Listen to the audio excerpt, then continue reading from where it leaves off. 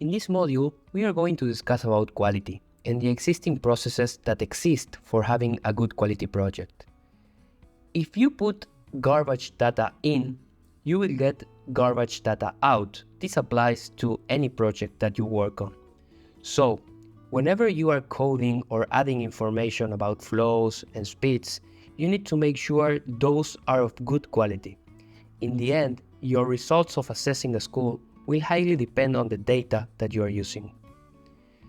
Also, when the results will be published and shared with stakeholders, it is extremely important to be sure that your data is correct. There is a community out there ready to help you. On the next slides, I will speak a little bit about that, but it's important to know that you are not alone in the process. Being that said, it's also important to remember that you are responsible for the quality of your data. One of the ways of checking the precision of your data is by having your raw attributes coding undergoing a peer review process. As you see in the example, Rachel did the original coding of a location. Please note that at comments, Rachel stated that this is the original coding for that location. After Rachel did the coding, Juan got the same section, but this time to be reviewed. He did an independent check by doing the coding for that location without looking at Rachel's, and noted the difference with the original coding. Eventually, if the differences are arguable or the team does not come to an agreement on the correct coding, a third peer review can happen, as in this example. This is especially useful when the team is not so experienced with the coding activities. Here you see that Jean agreed with Rachel in some of her coding and with Juan in some other as sight distance. We also recommend you visiting the forum as to share doubts that you may have and obtain some necessary feedback. As it was said, there is a community out there with a lot of interest for your project to be a highly quality one. It is important, as was shown in the example before, to keep track of the original coding and its peer reviews or any comment or feedback that you have, as well as documenting the decisions that were made after those reviews. In the screen, you can see the link to the forum.irap.org in which you can ask questions and get feedback that you may need for your project. Speaking of quality, there are no secrets in what builds the quality of the data and the project.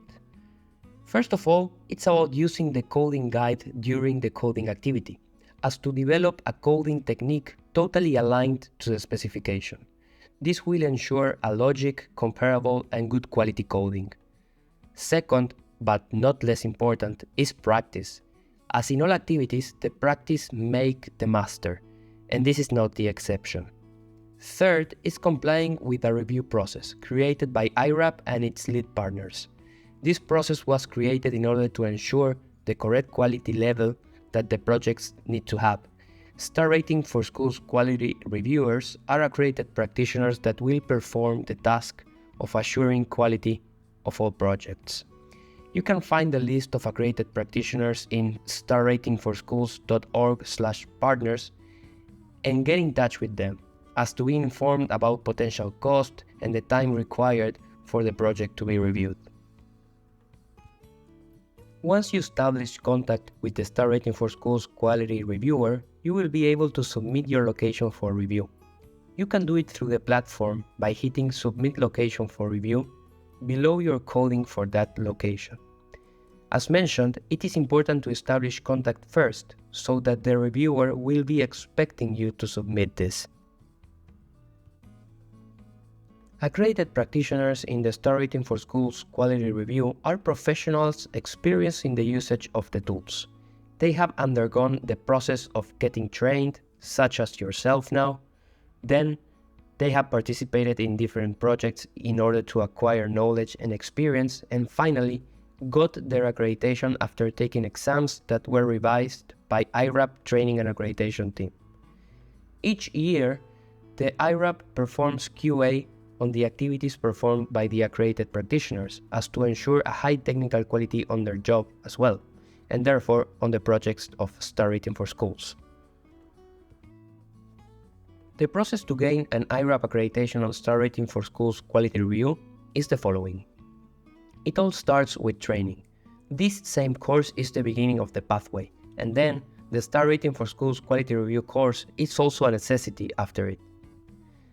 After holding the certificates of completion of the two courses and being experienced in assessment of locations outside of the training arena, if they meet the criteria that will be presented in the next slide, the candidates can apply for an interim accreditation, process in which IRAP will test the knowledge of the candidates and ask them to sign a code of conduct to exercise as a reviewer if tests are passed. If all of the mentioned is successful, the candidates will hold an interim accreditation. And in this process, they will start gaining experience as reviewers.